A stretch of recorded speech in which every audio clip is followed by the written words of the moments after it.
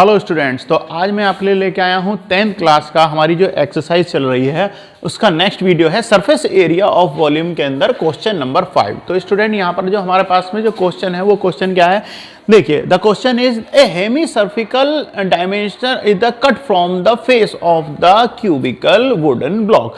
एक cubical wooden block है, उसमें से एक हेमी सरफेस जो है वो उसमें से कट करके निकाल लिया गया है। अब उसमें से कट करने के बाद क्या है, the diameter is L of the hemisphere.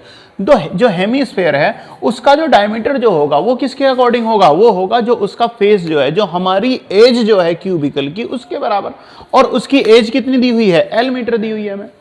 तो उसकी तो equal of the edge find the surface area of the remaining part. अगर इस क्यूबिकल पार्ट में से अगर हम एक हेमीस्फेयर को कट करके निकाल दें तो बचा हुआ जो सरफेस एरिया है वो हमें फाइंड आउट करना है। तो स्टूडेंट स्टार्ट करते हैं अपनी वीडियो को।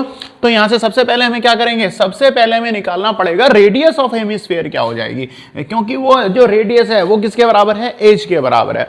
तो edge of cube is equal to L, so R is equal to L by 2। तो रेडियस जो हो जाएगी इसके, क्योंकि जो एल जो हो जाएगी, एज जो होगी वो तो हेमीस्फेयर की क्या होगी, डायमीटर होगी। अगर उसका हाफ कर देंगे तो रेडियस की वैल्यू निकल आएगी। तो यहां से हमारे उसके आर की वैल्यू कितनी होगी, एल बाई 2, और एज कितनी होगी हमारी, एल हो गई, यानी कि उसकी लंबाई कितनी होगी, एल होगी। अब हमसे पूछा है total surface area, T S A, total surface area of the remaining solid जो हमसे पूछा गया है, टोटल सरफेस एरिया बराबर क्या हो जाएगा, surface area of cubical part या क्यूबॉइड पार्ट जो है हमारा,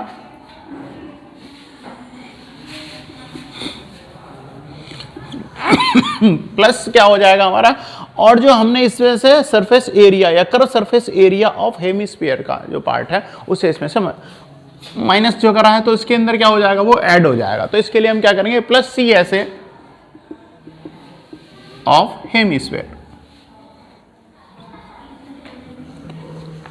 तो अब देखिए जो हमारा surface area of cubical part जो है या क्यूबिकल पार्ट जो है उसका क्या हो जाएगा, आपका एरिया क्या आएगा, 6 इंटू एज स्क्वायर।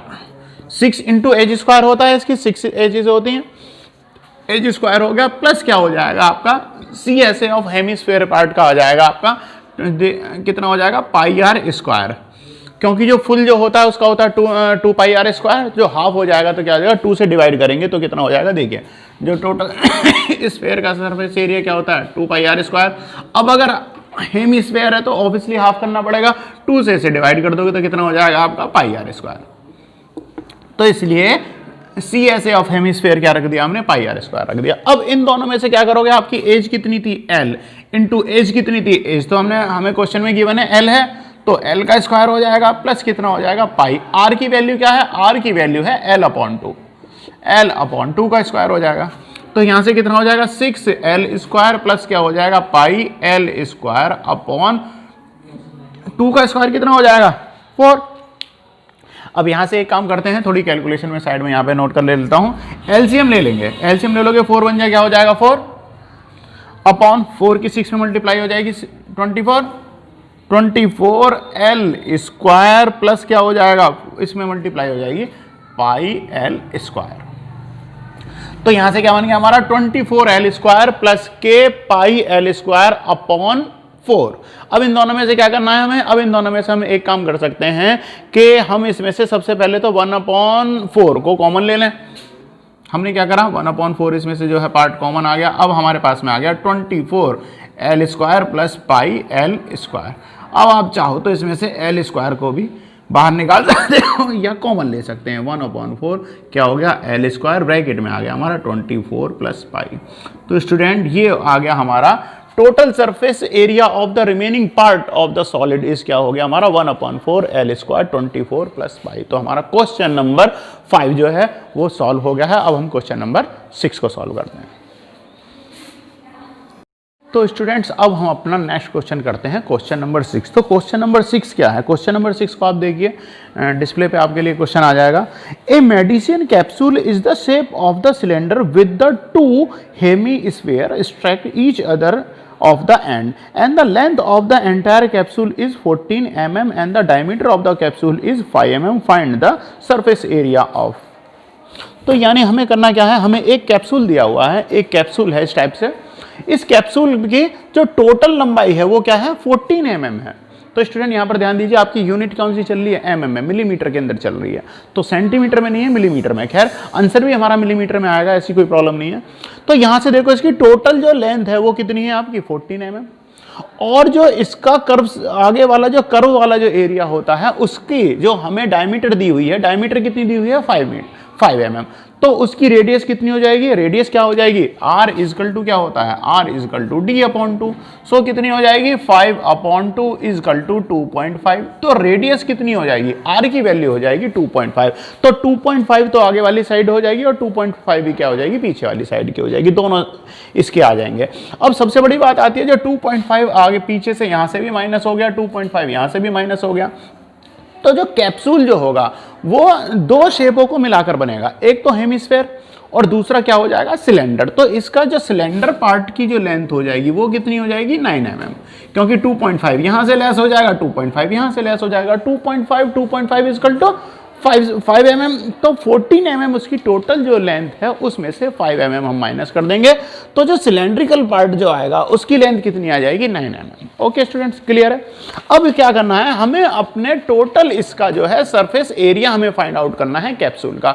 तो जो कैप्सूल का सरफेस एरिया निकालोगे आप, क्या हो जाएगा ऐसे टोटल सरफेस एरिया यानी surface area of the capsule is equal to surface area of cylinder, surface area of cylinder plus surface area of D की वैल्यू हमें पता ही है, तो r इजकल टू कितनी होगी, r कितनी है हमारी 2.5 हम आगे नोट कर लेते हैं, प्लस क्या हो जाएगा, देखिए जो हेमिस्फेयर पार्ट जो है इसके दो पार्ट होंगे, हाफ हेमिस्फेयर पार्ट उसके आगे की साइड होगा, हाफ हेमिस्फेयर पार्ट क्या होगा उसके बैक साइड में होता है कैप्सूल के, तभी वो दोनों मिलके तो क्या हो जाएगा 2 इंटू क्या हो जाएगा सी ऐसे curve surface area of hemisphere. तो सरफेस एरिया ऑफ सिलेंडर क्या होता है, सरफेस एरिया ऑफ सिलेंडर क्या होगा हमारा, सरफेस एरिया ऑफ सिलेंडर होता है 2πRh, surface area of cylinder हो गया।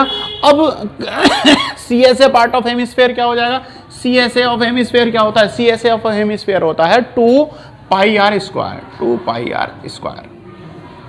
अब हमें सिर्फ क्या करना है, अब हमें देखिए एच आर और इन सब चीज़ों की सिर्फ हमें क्या कर देनी है, इनकी वैल्यू पुट कर देनी है। तो इसमें से जब अगर हम इसकी वैल्यू पुट करेंगे तो हमारे पास क्या आ जाएगा, पहले हम सबसे पहले देखते हैं इन दोनों में से कॉमन क्या है, हमारे पास है 2π और r, तो 2 कॉमन ले लो, पाई कॉमन ले लो, r कॉमन ले लो, 2πr कॉमन ले लिया, यहाँ से क्या बच गया हमारे पास में h, प्लस यहाँ से देखो 2 कॉमन आ गया, पाई आ गया, r कॉमन आ गया, तो यहाँ से क्या बच गया 2r,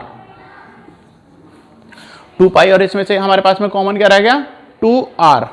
और स्टूडेंट यहाँ से हमारे पास क्या हो जाएगा 2 इंटू पाई की वैल्यू रख देंगे 22/7 इंटू रेडियस कितनी हो गई हमारी 2.5। आप चाहो तो कॉमन ले सकते हो, अगर नहीं कॉमन लेते हो तो अंदर ब्रैकेट में ही रह जाएगा, तो ये वैल्यू क्या हो जाएगी HR हो जाएगी। एक काम करते हैं हम r को कॉमन नहीं लेते, हम सिर्फ 2 और पाई को ही कॉमन लेते हैं, अंदर वापस इसकी r की मल्टीप्लाई कर देते हैं तो HR हो जाएगा और ये r स्क्वायर हो जाएगा। तो कितना हो जाएगा आपका, तो 2π जो है 2π ही कॉमन में आएगा और RH प्लस क्या हो जाएगा 2r स्क्वायर।